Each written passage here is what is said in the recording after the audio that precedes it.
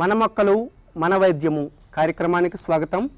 ఈరోజు మనం చూస్తున్నటువంటి మొక్క మన ఇంటిల్లో అందరింటిల్లో కూడా దృష్టికి పెట్టేటువంటి మొక్క. ఈ మొక్క పేరు కలబంద. చూసారు, అలోవెరా. ఇందులో చాలా జాతులు ఉన్నప్పటికీ కూడా మనకు సాధారణంగా ఈ పచ్చ రంగులో ఉండేటువంటి మొక్కని వాడటం అనేటువంటిది మనకి సాంప్రదాయంగా నడుస్తూ ఉందన్నమాట. మరి ఈ మొక్కని కన్యాకుమారి, ఘృతకుమారి అనేటువంటి సంస్కృతంలో పేర్లు ఉన్నాయి దీనికి.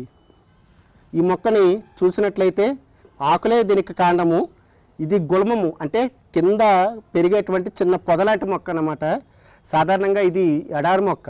ఈ పక్కన ఉండేటువంటి ఈ ముళ్ళు ఏవైతే ఉన్నాయో ఈ ముళ్ళు ఆకులు చాలా దళసరిగా ఉన్నాయి.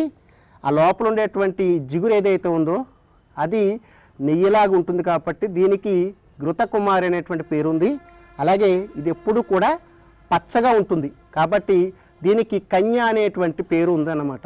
ఇది చాలా రోగాలకి అద్భుతమైన మందు. ఉదాహరణకి కడుపు బాగా పెరిగిందనుకోండి. ఎందుకు పెరుగుతుంది అంటే యకృత్ ప్లేహ రోగాలు అనేటువంటివి కలగడం చేత మనకి కడుపు బాగా పెరుగుతుంది. అలా పెరిగినప్పుడు దీని యొక్క రసము అలాగే కొద్దిగా పసుపు, దాదాపు అర చెంచా ఈ రసం తీసుకున్నట్లయితే ఒక పావు చెంచా పసుపు తీసుకుని రోజు కూడా పరగడుపును తీసుకున్నట్లయితే చాలా తక్కువ రోజుల్లోనే యకృత్ ప్లేహ రోగాలు అనేటువంటివి తగ్గుతాయి. అంతేకాకుండా మనకి ముఖం మీద వచ్చేటువంటి మంగు మచ్చలు ఏవైతే ఉన్నాయో దానికి కూడా పసుపు మరియు ఈ రసం కనుక మనం తీసుకున్నట్లయితే ఖచ్చితంగా మనకి ఆ మచ్చలు త్వరగా తగ్గుతాయి. ఈ కలబంద మొక్క యొక్క దీన్ని కనుక మనం కట్ చేసినట్లయితే చూడండి మనకి ఎంత చిక్కగా మనకి వస్తుందో. పసుపు పచ్చగా ఉండేటువంటి ఇది వస్తుంది కదా. దీన్ని ఎండబెడితే వచ్చేటువంటి పదార్థాన్ని మనం ముసామరం అంటాం. సాధారణంగా గర్భిణీ స్త్రీలకి ప్రసవం అయిపోయిన తర్వాత ఒళ్ళు నొప్పులు వస్తాయి. అటువంటి అప్పుడు ఈ ముసామరాన్ని కనుక కొద్దిగా ఇచ్చినట్లయితే ఆ నొప్పులు అనేటువంటి తగ్గుతాయి. అంటే బాలింతలో కలిగేటువంటి నొప్పులు ఏవైతే ఉన్నాయో అవి తగ్గుతాయి. అంతేకాకుండా ఇప్పుడు పురటాలు అయిపోయిన తర్వాత పిల్లలు ఎక్కువగా పాలు తాగడం అలవాటు ఉంటుంది.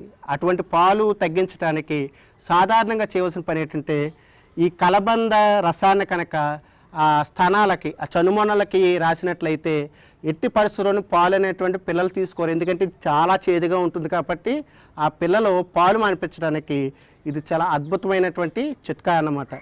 అలాగే మనకి బాగా ఉష్ణము అంటే వేడి చేసినట్టు కనుక మనకు అనిపించినట్లయితే ఈ కలబంద గుజ్జు మరియు పంచదార రెండు సమభాగాలు తీసుకుని దాదాపుగా ఒక చెంచాడు పంచదార, చెంచాడు మధ్యలో ఉండేటువంటి ఈ గుజ్జు రోజు కనుక 3 పూట్ల తీసుకుంటే అత్యుష్ణం అనేటువంటిది మనకి తగ్గుతుందన్నమాట. ఇటువంటి అద్భుత గుణాలు ఉన్నటువంటి మొక్క మరొకటి లేదు. ఎందుకంటే మనకి దాదాపు సంవత్సరాంతం వరకు కూడా మనకి ఇలా పచ్చగా ఉంటుంది. కాబట్టి కలబంద కూడా మంచి ఆరోగ్యాన్ని ఇచ్చేటువంటి ఔషధి.